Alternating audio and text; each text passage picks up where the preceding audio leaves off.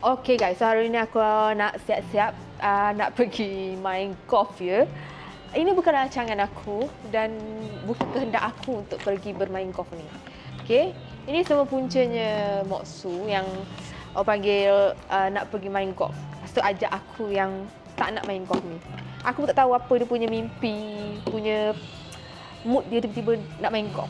Okay, dia kata nak try. Tapi sebelum nak pergi tu dia bersiap dulu.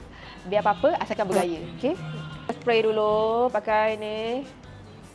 Allah. Apa? Say caramel, okay? That lens. Oh, lajunya kencing.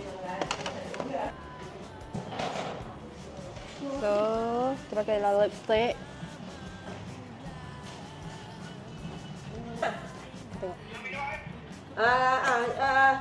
Okey, kita akan tengok persiapan Rashidah ya untuk pergi golf. Ada topi. Dia punya persiapan dia. Aku dah gelak tengok. Okey, kita akan tunjuk persiapan kita. Bodoh je, pakai dia tengok ni perut ke apa ni? Ha.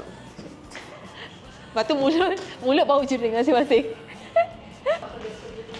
Okey, dia nak try. Kali kedua nanti aku pakai skirt ya. Oh.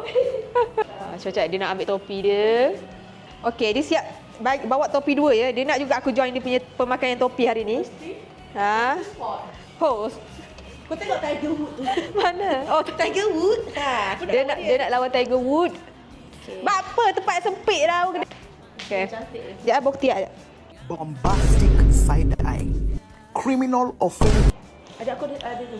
Apa? Dia orang tengah dah ni. Okey. Apa ni? Apa punya perfume ada? Ini kalau luar tengok dah dalam apa budak 2 ekor ni. Oh, macam tu.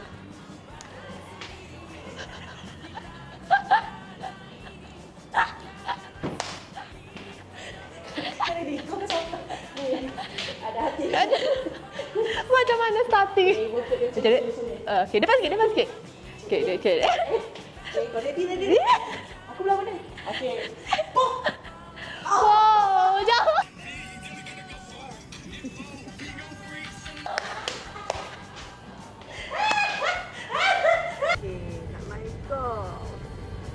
Nak main golf kita pergi beli barang kedai dulu, rapit perut dulu.